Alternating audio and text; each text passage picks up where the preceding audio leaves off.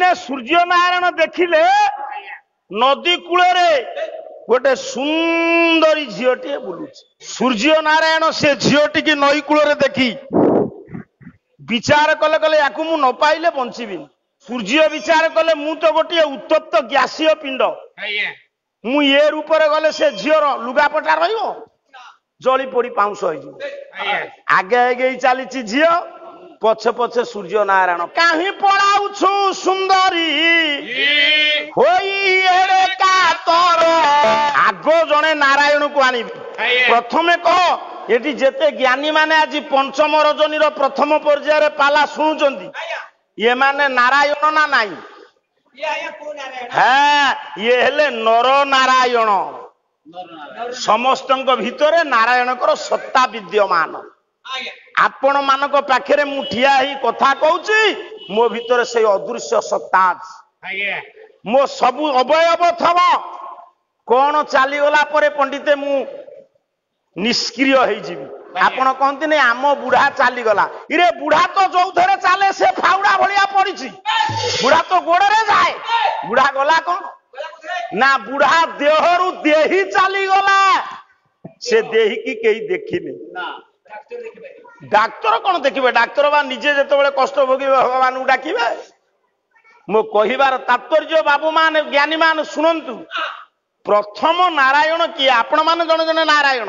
समस्त घटे नारायण ना सकल घटे नारायण अनादि परम का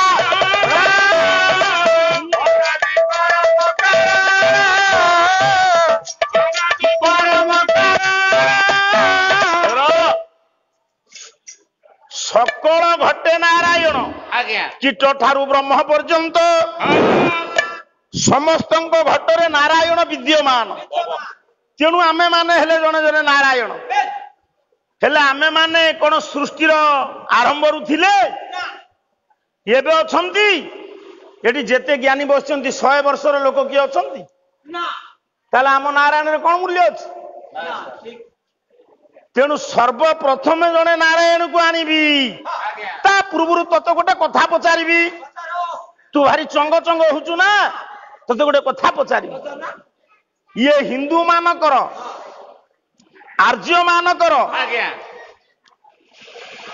टिकी आउ दौना हरिबोल बेले जेमती दिया होता आज तो ठीक अच्छी रेडी अच्छी हाँ हाँ ये हिंदू मानकर आर्य मानकर सर्वाग्र पूज्य देवता किए बस बस ये हिंदू माने आर्य माने कि आमे माने आम संसार रे आम समाज रे सर्वप्रथमे को ठाकुर को पूजा करे गणेश गणेश को पूजा करे अच्छा गेड़ुआ तो बाहागर बेले गणेश आगो पूजा पाइले या बाहागर बेले गणेश पूजा पाइले बाबू मानकर बाहागर बेले गणेश पूजा पाइले शिव पार्वती जत बेले बेदी रे बसी बाहा हेले बहु गणेश पूजा पाइथिले कि रे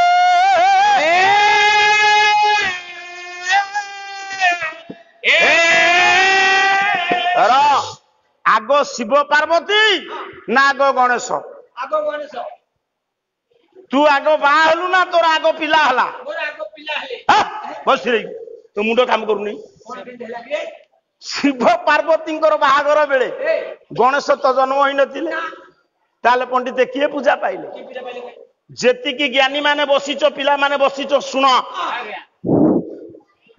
एबे भी सुधा आमे माने केबे हेले आगो गणेश को पूजा करूने का पूजा करते आम हिंदू मानकर आर्य मानकर समस्तंकर सर्वाग्र पूज्य देवता गणेश नुहंती सर्वाग्र पूज्य देवता किए गोटे शुल्क गाउची कहला ध्येय सदा सवितु मंडल मध्यवर्ती नारायण सरसिजा सन्न सन्निविष्ट केउरबान मकर कुंडलबा किरीटी हारी हिरणमय बपु धृत शंख चक्र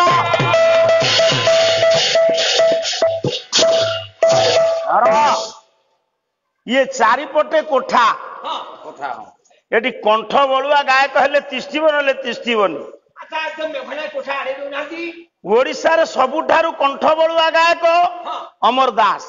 ଆଜ୍ଞା ତାଙ୍କ ପରି କଣ୍ଠ ବଳୁଆ ଗାୟକ ଓଡିଶାରେ କେହି ଜନ୍ମ ହେଇନାହାନ୍ତି ଏବେ। ତାଙ୍କ ତଳେ ମୁଁ ବାହାରିଛି ଆଉ ସେଇଥିପାଇଁ ସେଠି ତିଷ୍ଠିଛନ୍ତି। ଆଜ୍ଞା ଆଉ ଏଇଟା ଢେଇ ଜୀବନ ନାହିଁ ଆଉ କାହିଁ ଆଣିଛ? ହେ ମୋର ଜ୍ଞାନୀନ୍ଦ୍ର ପୁଙ୍ଗବ, ଆଜ୍ଞା ତାହେଲେ ଆପଣ ମାନେ ସବିତି ମଣ୍ଡଳ ସୂର୍ଯ୍ୟ ମଣ୍ଡଳକୁ ଚାହାନ୍ତୁ। ମଉସା ସେ ସୂର୍ଯ୍ୟ ମଣ୍ଡଳ ଭିତରେ ଗୋଟେ ପଦ୍ମାସନ ପଡିଛି। ତାପରେ ଆଉଟିଲା ସୁନା ପରି ଅଙ୍ଗର କାନ୍ତି, ଚାରିଟି ହାତରେ ଧରିଛନ୍ତି ଶଙ୍ଖ ଚକ୍ର ଗଦା ପଦ୍ମ। ଆଜ୍ଞା ହଁ ଇଏ ଖୋର୍ଦ୍ଧା ଜିଲ୍ଲା ପାଳିଆ। ଇଏ ଚାରିଟା ହାତରେ ଆଜ୍ଞା ଧରିଛନ୍ତି ଶଙ୍ଖ ଚକ୍ର ଗଦା ପଦ୍ମ। ସେ ସୂର୍ଯ୍ୟଙ୍କ ଭିତରେ ଯିଏ ବସିଛନ୍ତି ଗେଡୁଆ, ସେ କିଏ ଜାଣିଛୁ? ସେଇ ଖୋର୍ଦ୍ଧା ଜିଲ୍ଲାର କବି, ଦ୍ୱାଦଶ ଶତାବ୍ଦୀର ଗୀତି କାବ୍ୟର ସ୍ରଷ୍ଟା। ଏ ଯାହାଙ୍କ ଗୀତ ଗୋବିନ୍ଦକୁ ପଢି ବଙ୍ଗାଳୀ ମାନେ କହିଲେ ଆମର କବି ଜୟଦେବ। ଆଜ୍ଞା ଆଜ୍ଞା ସେ ତ ପାଳି, ଆଉ କାହିଁ ଏତିକୁ ଚାହୁଁଛନ୍ତି? ମତେ ଚାହାନ୍ତୁ, ମୁଁ ଗାୟକ, ମତେ ଚାହାନ୍ତୁ। ତମରି କଣ ଅଛି ହେ ଭାଟି ଗଲା ର ସେମିତି ଗେଲେରେ କହିଲି, ପାଳିଆ ନଥିଲେ ଗାୟକ ଅଛି? ଯିଏ ଏଇ ଖୋର୍ଦ୍ଧା ଜିଲ୍ଲାର ଜଣେ ଯୋଗ୍ୟ କବି, ଯାହାଙ୍କ ଲେଖାକୁ ନ ଶୁଣିଲେ ଜଗନ୍ନାଥଙ୍କୁ ନିଦ ହୁଏ ନା। ଯାହାଙ୍କ ଲେଖାକୁ ପାଠ କରି ବଙ୍ଗାଳୀ ମାନେ କହିଲେ ଆମର କବି ଜୟଦେବ। ଜୟଦେବ ହେ ଦ୍ୱାଦଶ ଶତାବ୍ଦୀର ଗୀତି କାବ୍ୟର ସ୍ରଷ୍ଟା ଭକ୍ତ କବି ଜୟଦେବ ପବିତ୍ର ଗୀତ ଗୋବିନ୍ଦ। ଗୀତ ଗୋବିନ୍ଦ 5 ପ୍ରକାର ସ୍ୱର ଯିବ, କେତେ ପ୍ରକାର ପକେଇବା ଗୋଟେ ପ୍ରକାର ପକଉଛି। ଠିକ କଲା ଦିନ ମଣି ମଣ୍ଡଳ ମଣ୍ଡନ ହେ ହରି ଦିନ ମଣ୍ଡନ ବଖଣ୍ଡନ হে মুনি জন ମାନସ। ଏମିତି କଲେ ଭଲ। জয় জয় দেব হরে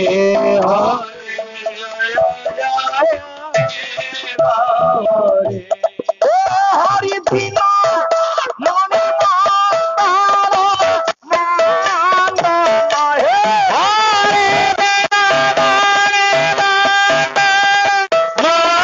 মন্দন বখণ্ডন হে বখণ্ডন মানস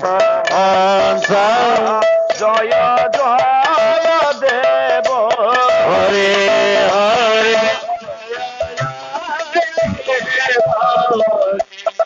হরে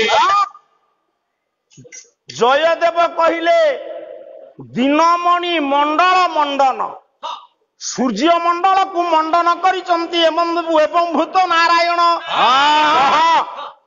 ଆଗ ଗଣେଶ ନା ଆଗ ସୂର୍ଯ୍ୟ? କହ ଆଗ ସୂର୍ଯ୍ୟ ହେଁ ଆଗ ସୂର୍ଯ୍ୟ ତୋ ଗାଁରେ ଯଜ୍ଞ ହବ, କିଏ ପୂଜା ହେବେ? ସୂର୍ଯ୍ୟ হ্যাঁ ଶ୍ରାଦ୍ଧ ଦବୁ ବାପାଙ୍କର, କାହାକୁ ପାଣି ଦବୁ?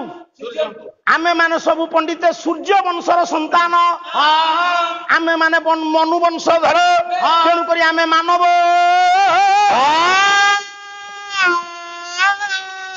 ବିଶ୍ୱର ପ୍ରଥମ ମଣିଷ ହେଲେ ମନୁ, ଆମେ ମାନଙ୍କର ଇଷ୍ଟ ଦେବ ହେଲେ ସୂର୍ଯ୍ୟ। ସୂର୍ଯ୍ୟଙ୍କ ଭିତରେ ଅଛନ୍ତି, ନାରାୟଣ ତେଣୁ ସୂର୍ଯ୍ୟ ନାରାୟଣ ପ୍ରଥମେ ଆସିବେ। ମତେ କହ ସୂର୍ଯ୍ୟ ନାରାୟଣ ନା ନାହିଁ? ସାର୍ ସୂର୍ଯ୍ୟ ନାରାୟଣ ସୂର୍ଯ୍ୟ ନାରାୟଣ ତ ଦେଖିବା, ସୂର୍ଯ୍ୟ ନାରାୟଣ ସତ୍ୟ ନାରାୟଣ ହଉଛନ୍ତି କି ନାହିଁ? ଦେଖ ଟିକେ ମୁଁ କିଛି କହିବିନି, ମୁଁ କେଇଟା ଦିନର ଲୋକ, ତମେ ତ ପଇସା ନେବ ମୁଁ 51 ବର୍ଷର ଲୋକ। ମୋ ପୂର୍ବରୁ ପାଲା ଥିଲା, ଆଗକୁ ପାଲା ରହିବ। ଆପଣ ମାନେ ମୋ ଠାରୁ ବୟୋଜ୍ୟେଷ୍ଠ, ମୋ ଆଗରୁ ସୂର୍ଯ୍ୟ ଦେଖିଛନ୍ତି। ପଇସା ଜୀବନ କାଳ ଭିତରେ ବହୁ ବରିଷ୍ଠ ଗରିଷ୍ଠ ଧୁରୀଣ ଗାୟକଙ୍କର ପାଲା ଶୁଣିଛନ୍ତି। କଲ୍ୟାଣକାରୀ ହୁଅନ୍ତୁ, ନାରାୟଣ ମଙ୍ଗଳ ବିଧାନ କରନ୍ତୁ, ବିଦ୍ୟା ବୁଦ୍ଧି ଓ ବୋଲ ଆନନ୍ଦ ଏକ ବାର। ପଇସା ତେଣୁ ଦିଅ ତାକୁ, ସେ ମୋ ବହି ପତ୍ର ପୁଳେ ନେଇକି ଯିବ, ରଖିବ ନଉ। ଗେରୁଆ ସୂର୍ଯ୍ୟ ନାରାୟଣ ସତ୍ୟ ନାରାୟଣ ହେବେ କି ନାହିଁ ମୁଁ କହିବି ନାହିଁ, କହିଲେ କି ସରକାର ସ୍ୱୀକୃତି ସାହିତ୍ୟ। ଆଚ୍ଛା ରାଧାନାଥ ସାହିତ୍ୟ ପ୍ରମାଣ ଦେବେ। ଇଏ ପୁରୀ ଜିଲ୍ଲାର ଘଟଣା ଆପଣ ମାନେ ଜାଣିଛନ୍ତି। ଆଜ୍ଞା ଆଜ୍ଞା ଇଏ ତ ପୁରୀ ଖୋର୍ଦ୍ଧା ବଡର ଅଳ୍ପ ବାଟ ପରେ ପୁରୀ ପଡିବ ନାହିଁ ଆଜ୍ଞା? ଆଜ୍ଞା ଆଜ୍ଞା ଧର ଆସିଥିଲା ଫେର ଆଇଲା ବାପା ଆଉ ସବୁବେଳେ ଆଉଛ କିରେ? ଯା ପଇସା ଆଣିକି ଆସିବୁ ଯା, ଏଠି ତ ପୁଳା ପୁଳା ଟଙ୍କା, ଯା ଘୋଷାରି ଆଣୁ। ତେଣୁ ତାହେଲେ ବିଚାର କରିବା ରାଧାନାଥ ସାହିତ୍ୟରେ ସୂର୍ଯ୍ୟ ନାରାୟଣ ସତ୍ୟନାରାୟଣ ହେବେ କି ନାହିଁ? ବାସ୍ ମଉସା ଦିନେ ସୂର୍ଯ୍ୟ ନାରାୟଣ ତ ସକଳ ଶକ୍ତିର ଆଧାର ସବୁ ଦେଖୁଛନ୍ତି ନା ଦେଖୁନାହାନ୍ତି?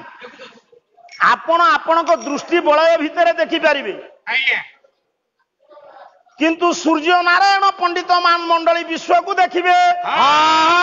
ଦିନେ ସୂର୍ଯ୍ୟ ନାରାୟଣ ଦେଖିଲେ ନଦୀ କୂଳରେ ଗୋଟେ ସୁନ୍ଦରୀ ଝିଅଟିଏ ବୁଲୁଛି। ସେ ଝିଅଟିକି ଦେଖିଲା ପରେ ସୂର୍ଯ୍ୟଙ୍କ ମନରେ ଗୋଟେ ଅଲଗା ପ୍ରକାର ଚିନ୍ତାଧାରା ସୃଷ୍ଟି ହେଲା। ଆଚ୍ଛା ଆଚ୍ଛା ଧୀରେ ଧୀରେ ସୂର୍ଯ୍ୟ ବିଚାର କଲେ କଲେ ମୋ ଜୀବନ କାଳ ଭିତରେ ମୁଁ ଅନେକ ଝିଅ ଦେଖିଛି, କିନ୍ତୁ ଏପରି ଝିଅ ଦେଖିନାହିଁ। ନା ନା ମୁଁ ଏ ଝିଅକୁ ନ ପାଇଲେ ବଞ୍ଚି ପାରିବି ନା ରେ।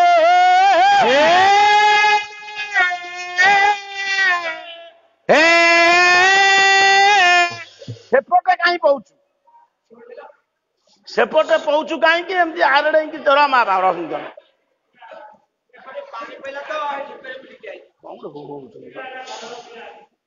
ତେଣୁ ମୋ ଜ୍ଞାନୀ ମାନେ ବିଦ୍ୱାନ ମାନେ ବିଚାର କରନ୍ତୁ। ସୂର୍ଯ୍ୟ ନାରାୟଣ ସେ ଝିଅଟିକି ନଈ କୂଳରେ ଦେଖି ବିଚାର କଲେ କଲେ ୟାକୁ ମୁଁ ନ ପାଇଲେ ବଞ୍ଚିବିନି।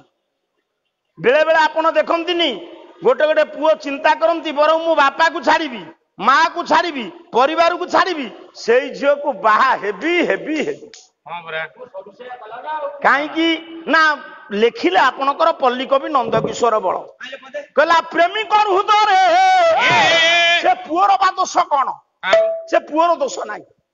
ପ୍ରେମିକ ହୃଦୟରେ ପ୍ରେମ ଆଚ୍ଛା ଦିଲେ ଜଗତ ଲାଗୋଇ ପିତା, ଜଗତ ଲଗାଇ ପିତା, ନମାନଇ ଖାଲ ଠିକର ଜଙ୍ଗଲ ଧୀରେ, ନମାନଇ ଖାଲ ଠିକର ଜଙ୍ଗଲ ଆମେ ହୋଇଉ ମମତା।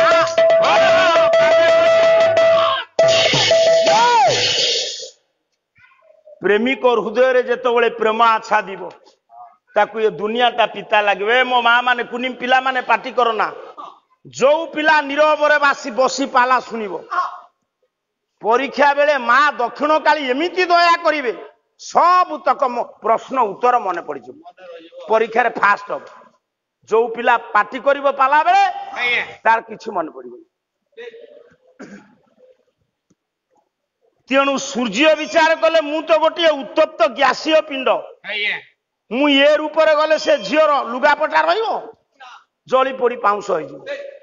ତେଣୁ କବି ଏଠି ଶକ୍ତି କି ବ୍ୟକ୍ତି ରୂପରେ ରୂପାୟିତ କରିଛନ୍ତି। ଆପଣଙ୍କ ପାଖରେ ମୁଁ ଆଜି ଏବେ କହୁଛି ସୂର୍ଯ୍ୟ ନାରାୟଣ ସତ୍ୟନାରାୟଣ ହେବେ କି ନାହିଁ। ଆଜି ସତ୍ୟନାରାୟଣ ଠିକଣା ଆପଣ ନେଇକି ଯିବେ। ସୂର୍ଯ୍ୟ ମଣିଷ ରୂପକୁ ଧାରଣ କରି ନର କଳେବରକୁ ଧାରଣ କରି ନଦୀ କୂଳରେ ସେ ଝିଅ ବୁଲୁଛି, ତା ପାଖରେ ପହଞ୍ଚିଲେ କହିଲେ ମାଲୋ, ମଉସା ଡାକି ଦେଇ ମୋ ଇଣ୍ଟରେଷ୍ଟ କମେଇ ଦେଲୁ। ଆଲୋ ମା, ତୋ ପରି ଝିଅ ଏ ଦୁନିଆରେ କେତେ ଦେଖିଛି ମୁଁ, କିନ୍ତୁ ତୋ ସହିତ ସେମାନେ ସମାନ ହେବେନି। ତୋ ପ୍ରତି ମୋ ଭିତରେ ଗୋଟେ ଅନୁରକ୍ତ ସୃଷ୍ଟି ହେଇଛି। ହଁ ମୁଁ ତୋତେ ନ ପାଇଲେ ବଞ୍ଚି ପାରିବିନି। ନା ନା ମୁଁ ତୋତେ ପାଇବାକୁ ଚାହେଁ, ମୁଁ ତୋତେ ନ ପାଇଲେ ବଞ୍ଚି ପାରିବିନି। ହଁ ଆମର କରୁଛୁ ଝିଅଟି ଲଜ୍ଜା ଆସିଲା, ଆଗକୁ ଆଗକୁ ଗଲା। ଆଚ୍ଛା ପୁଅ ମନେ ରଖ, ଉଭୟ ପୁଅ ଝିଅଙ୍କର ସ୍ୱୀକୃତି ହେଲେ ପ୍ରେମ ସଫଳ ହବ। ପ୍ରଥମେ ବାବୁ ମାନେ ମନ ମିଶିବ। ମଉସା ଗୋଟେ ପୁଅ ଗୋଟେ ଝିଅକୁ ଭଲ ପାଇବ, କଣ ହେଲେ ପୁଣ୍ୟ ହବ ପ୍ରେମ? ପ୍ରଥମେ ମନ ମିଶିବ, ବାକ୍ୟ ମିଶିବ, ଶରୀର ମିଶିବ। ଯୋଉଠି ମନ ନ ମିଶିଲା ସେଠି ସବୁ ବିଷାକ୍ତ। ଇଏ ଝିଅର କିନ୍ତୁ ସୂର୍ଯ୍ୟଙ୍କ ଉପରେ ମନ ନାହିଁ। ସୂର୍ଯ୍ୟ ଚାହୁଁଛନ୍ତି ମୁଁ ଏ ଝିଅକୁ ନ ପାଇଲେ ମରିଯିବି। ବାପା ସେଇଠି ରଖିଦେ ସେ ତାର ପିଇବେ କିନ୍ତୁ ଯିଏ ପିଇବ ପିଇବ ହଁ ତୁମେ ସେମିତି ଚାରିଆଡେ ଥୋଇଲେ ସେ ଏପଟ ସେପଟ ହେବେ ଆଜ୍ଞା ମୋର ଟିକେ ସୂତା ଏପଟ ସେପଟ ହେଲେ ମୁଁ ପାଲା ଗାଇପାରିବି ତାପରେ ମତେ ଦେଖିଲେ ନେଇଯିବୁ ସେ ବାଉଳା ହେଲେ ହର ମୁଁ ତତେ ଦେଖୁଛି ଯେ କିନ୍ତୁ ତୁ ଚାକୁ ଚାହିଁଛୁ ଯେମିତି 6 ମାସ ହେଲା ଚା ପିଇ ନଉ ଏଠି ତ କୌଣସି ଖାଦ୍ୟ ପିଇରେ କମ୍ପ୍ରମାଇଜ ନାହିଁ ତୁ ଏମିତି ବିଖଳିଆ କୁଳିଆ କାହିଁ ହଉଛୁ ସୂର୍ଯ୍ୟ ନାରାୟଣ କହିଲେ ଲୋ ମା କାହିଁ କିଛି କହୁନୁ ତା ମାନେ ମଉସା ଝିଅର ରାଜି ନାହିଁ ସୂର୍ଯ୍ୟ ଚାହୁଁଛନ୍ତି ଏ ଝିଅ ସହିତ ମୁଁ ପ୍ରୀତି କରିବି ସମ୍ଭବ ହବ ଝିଅ ଯେତେବେଳେ ଉପେକ୍ଷା କରି ଆଗେଇ ଗଲା ସୂର୍ଯ୍ୟ କହିଲେ କଳବଳ କୌଶଳରେ ପ୍ରୀତି କରିବି ନା ମୁଁ ପୁରୁଷ ସିଂହ ଆଗେ ଆଗେଇ ଚାଲିଛି ଝିଅ ପଛେ ପଛେ ସୂର୍ଯ୍ୟ ନାରାୟଣ ପ୍ରମାଣ ରାଧାନାଥ ରାୟ ବାହାଦୁର ବହି ହଉଛି ଚନ୍ଦ୍ରଭାଗା ଚନ୍ଦ୍ରଭାଗା କଣ କହି କହି ଯାଉଛନ୍ତି ଜାଣିଛୁ କଣ କହିଲେ ସାରେ କହିଲେ କାହିଁ ପଳାଉଛୁ ସୁନ୍ଦରୀ ହୋଇ ଏରେ କାତର ସୁନ୍ଦରୀ ହୋଇ ଏରେ କାତର କରଣ କିଙ୍କର ଜନକୁ କହିଲେ ସୁନ୍ଦରୀ ଲୋ କୁଆଡେ ଯାଉଛୁ ଘରକୁ ଆରେ ତୁ ଯେମିତି ଅଣ୍ଡରା ଚଣ୍ଡୀଙ୍କ ଭଳିଆ ଆଉଛୁ ସେ କାହିଁ କହିବ ଘରକୁ ତୁମ ବିନା ମୁଁ ବଞ୍ଚି ପାରିବିନି ମୁଁ ତୁମ ଚରଣର କିଙ୍କର ଦାସ ଆରେ ପ୍ରେମ ମଣିଷକୁ ଏତେ ତଳକୁ ଖସେଇ ନିଏ ସୂର୍ଯ୍ୟ କହୁଛନ୍ତି ଝିଅ ପାଖରେ ଦାସ ପୁରୁଷ ସମୟରେ ନାରୀ ପାଖରେ ଭାରି ଉଛାଳି ହୁଏ ହଁ କୋଉ ସମୟରେ ସାରେ ତାପରେ ପୁରୁଷ ସିଂହ ଦେଖାଏ ଆଚ୍ଛା ଠିକ ଅଛି ପ୍ରୀତି ଟିକେ ପାଇବା ପାଇଁ ପୁରୁଷ କେଡେ ତଳକୁ ଖସି ପଡେ ସୂର୍ଯ୍ୟ ପରି ଦେବତା କହୁଛନ୍ତି ମୁଁ ତୋ ଚରଣର କିଙ୍କର କିଙ୍କର ମୁଁ ତୋର ଦାସ ତୁ ଦୌଡ଼ି ଯାନା ଯଦି ବା ଦୌଡ଼ିକିରି ଚାଲି ଯାଉଛୁ ମୁହଁ ମାରି କାଳେ କଚାଡ଼ି ବାଳା ଫୋଡ଼ି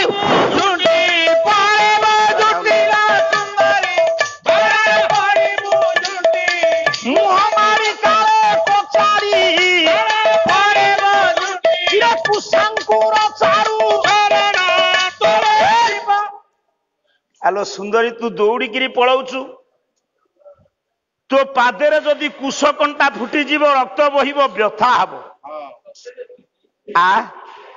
ମତେ ଭାରି କଷ୍ଟ ହବ ସାର୍ ମାନେ ଜ୍ଞାନୀ ମାନେ ବିଚାର କରନ୍ତୁ ତ ଓଡିଶା ସରକାର ସ୍ୱୀକୃତି ପ୍ରାପ୍ତ ରାଧାନାଥ ସାହିତ୍ୟ ଆଜ୍ଞା ଆଜ୍ଞା ସେ ଝିଅ ପଛେ ପଛେ ଏମିତି ଦୌଡ଼ିଲେ ସୂର୍ଯ୍ୟ ଝିଅ ଜାଣିଲା ଇଏ ପୁରୁଷ ମତେ ନିଶ୍ଚିତ ବଳାତ୍କାର କରିବ ସତୀତ୍ୱପଣକୁ ରଖିବାକୁ ଯାଇ କଳଙ୍କିନୀ ନ ହେବା ପାଇଁ ମଉସା ସେଦିନ ସେ ପୁରୁଷ କବଳରୁ ନିଜେ ନିଜକୁ ରକ୍ଷା କରି ନ ପାରି ଜଳ ସମାଧି ହେଇଗଲା ପଡ଼ିଲା ପାଣିକି ସେ ଝିଅ ଯେତେବେଳେ ସୂର୍ଯ୍ୟ ତା ପଛରେ ଗୋଡଉଛନ୍ତି ସୂର୍ଯ୍ୟଙ୍କ କବଳରୁ ନିଜକୁ ସୁରକ୍ଷା କରି ନ ପାରି ନିଜ ଜୀବନକୁ ଜଳ ସମାଧି କରିଦେଲା ପାଣିକି ଦେଇ ପଡିଲା ତାହେଲେ ପଣ୍ଡିତେ ସେଦିନ ସେ ଝିଅ କାହା ପାଇଁ ମଲା ସୂର୍ଯ୍ୟଙ୍କ ପାଇଁ ଇଏ କୌଣସି ଗୋଟେ ପୁରୁଷର ସ୍ତ୍ରୀ ହେଇଥାନ୍ତା ଗୋଟେ ପରିବାରର ବୋହୂ ହେଇଥାନ୍ତା ହେଇପାରିଲା ଯେତେବେଳେ ଡେଇଁ ପଡିଲା ରାଧାନାଥ କି ସୁନ୍ଦର ଭାବରେ ଲେଖିଲେ କହିଲେ କଣ ହେଲା କହିଲା ଏ ମିଶି ଯାଏ ଯଥା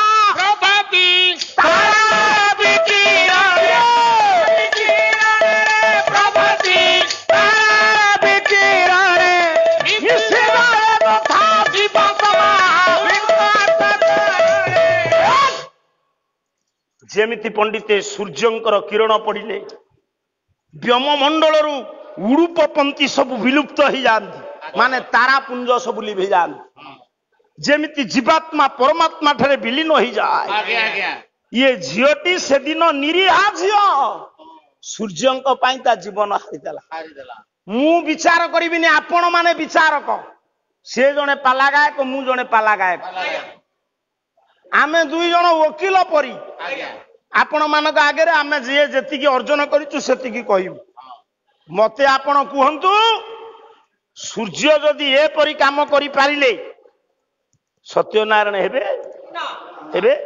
ସୂର୍ଯ୍ୟଙ୍କୁ ମୁଁ ନିନ୍ଦା କରୁନାହିଁ ସୂର୍ଯ୍ୟ ସକଳ ଶକ୍ତିର ଆଧାର ଏଇ ସାହିତ୍ୟ କରିଛି ନିନ୍ଦା ସରକାର ସ୍ୱୀକୃତି ଦେଇଛି ଏଇପରି କାମ ଯଦି ଆମ ମାନଙ୍କ ଭିତରୁ କିଏ କରେ ତାକୁ ତ୍ରାହି ଅଛି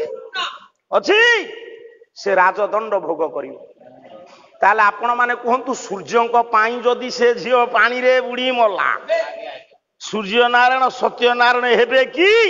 ହେବେ ନାହିଁ ଆଁ? ହେବେ ନାହିଁ ପୁଣି ପୌରାଣିକ ଦୃଷ୍ଟିକୋଣରୁ ବିଚାର କଲେ ଆଜ୍ଞା ସୂର୍ଯ୍ୟ ନାରାୟଣକୁ ପଣ୍ଡିତେ ରାହୁ ଗ୍ରାସ କରୁଛି ପୌରାଣିକ ଦୃଷ୍ଟିକୋଣରୁ। ବିଜ୍ଞାନ ଦୃଷ୍ଟିକୋଣରୁ ସୂର୍ଯ୍ୟ ପୃଥିବୀ ଚନ୍ଦ୍ର ଗୋଟିଏ ସରଳ ରେଖା ମୁଁ ସାଡକୁ ଯାଉନି। ନା ପଣ୍ଡିତେ ଯିଏ ସତ୍ୟ ତାକୁ କିଏ ଗ୍ରାସ କରିବ? ନା ନା ଇଏ ଦୁନିଆରେ ସମସ୍ତଙ୍କର କ୍ଷୟ ଅଛି ସମସ୍ତଙ୍କର ପରାଜୟ ଅଛି ଜଣକୁ କେହି ପରାସ୍ତ କରିପାରିବେନି।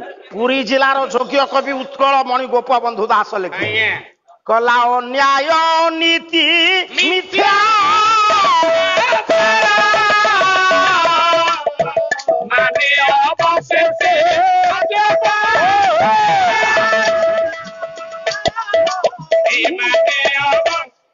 କେମିତି ଜଗତସିଂହପୁରରେ କେ ଜଗତସିଂହପୁରିଆ ଜାଣି ନାହାନ୍ତି ଡେଇଁକିରି ମୁଣ୍ଡକୁ ଚୋଟ ମାରିବେ ଜାଣି ନାହାନ୍ତି ନାହିଁ।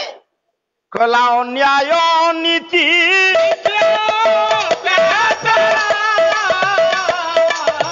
ମାନେ ଅବଶେଷେ ସବୁବେଳେ କଟାସ ଭଳିଆ ଚାହିଁଥବ କାରଣ 4 ଘଣ୍ଟା ପାଲା ଗାଇବ 2 ଘଣ୍ଟା ପାଲା ଗାଇବ 20 ଘଣ୍ଟା ଖାଇବ ପିଇବ ଶୋଇବ ବସିବ। ଯିଏ ଅନ୍ୟ ମନସ୍କ ହବ ତା ଚୁଟିକି ଟାଣି ଆଣିବ ଟଙ୍କା ଦଉଛି ମୁଁ ଠିକ ଅଛି ଗୋବିନ୍ଦରେ ଜାଣିପାରିବ ମୁଁ ମଜୁରୀ ଦଉନି ତୁମକୁ ସାରେ ଯିଏ ହଉ ଯାହାର ନାହିଁ ତାର ନାଇଁ ଟାଣିବ ମାନେ ଖୋଲତୋଟି ଖୋଲ ଖୋଲ ଦେ ନାଇଁ ଆଉ ତା ମୁଣ୍ଡକୁ ଭିଡି ଆଣିବି। କଲା ଅନ୍ୟାୟ ନୀତି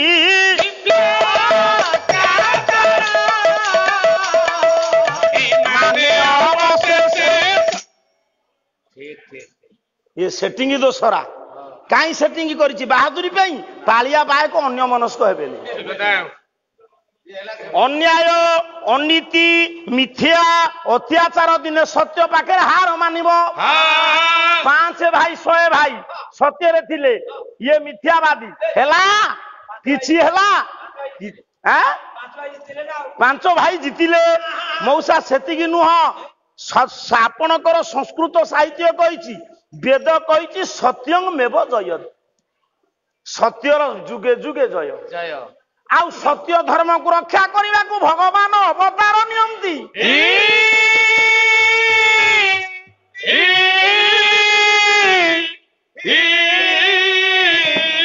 ଇଏ ସତ୍ୟ ଉପରେ ଆଜି ମୁଁ କହୁନେଇ ସତ୍ୟ ଉପରେ 2 ଘଣ୍ଟା ଆଲୋଚନା ହବ। ଆମର ଲକ୍ଷ୍ୟ ସତ୍ୟ ନାରାୟଣ କିଏ? ଗେଡୁଆ ମତେ କହ ସୂର୍ଯ୍ୟ ନାରାୟଣ ସତ୍ୟନାରାୟଣ ହେବେ କି ନାହିଁ? ହେବେ ନାହିଁ ବାସ୍ ମୁଁ କହୁନେଇ ଶାସ୍ତ୍ର କହିଲା। ମୁଁ ଗୋଟେ ନରକର କୀଟ ମୁଁ ସୂର୍ଯ୍ୟଙ୍କୁ ସମାଲୋଚନା କରିବାକୁ କିଏ?